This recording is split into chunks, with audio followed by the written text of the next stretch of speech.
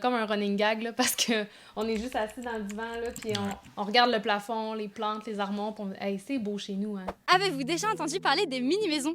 À quoi ça ressemble de vivre dedans? Aujourd'hui, on va rencontrer Marie-Hélène et Alexandre qui vivent à Saint-Alexandre de Kamouraska. Allô! Pour faire la visite, ça sera pas trop long. Leur mini-maison est arrivée clé en main, construite en usine par l'entreprise Minimaliste à un prix de départ de 200 000 $.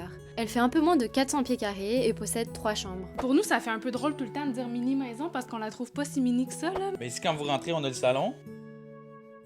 Ici, on a la salle à manger, petite table, petite banquette. Ou ici, on a la salle de bain. Système de chauffe-eau, laveuse sécheuse intégrée, grande douche. Ça, notre chambre à coucher. Nous autres, on a décidé que ça allait être la chambre principale. On préfère cette chambre-là parce qu'on est debout à côté du lit. Puis la troisième chambre, ben, c'est un loft. La dernière pièce ici, ben, en fait, pour l'instant, ben, c'est un petit studio de musique. Je suis pas professionnel du tout, mais je pianote, je joue un peu de guitare. Sinon, ben, quand on a des invités, on a un matelas qui se plie en 3. On va avoir un petit bébé dans cette chambre-là. Ça fait environ 6 mois là, qu'on habite dans la maison ici. Fait que ça a pris presque 1 an du début du processus là, jusqu'à l'obtention de la maison en tant que telle. Moi, honnêtement, au début, j'avais peur de me sentir coincée. Là.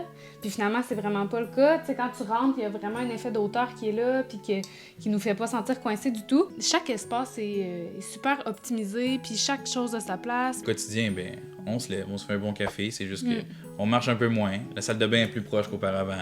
Tout est plus facile. Ouais. Tu te vires de bord, tout est à portée de main. Peut-être qu'à l'échographie, si on avait vu 4 bébés, là, on aurait dit « Whoopalai ».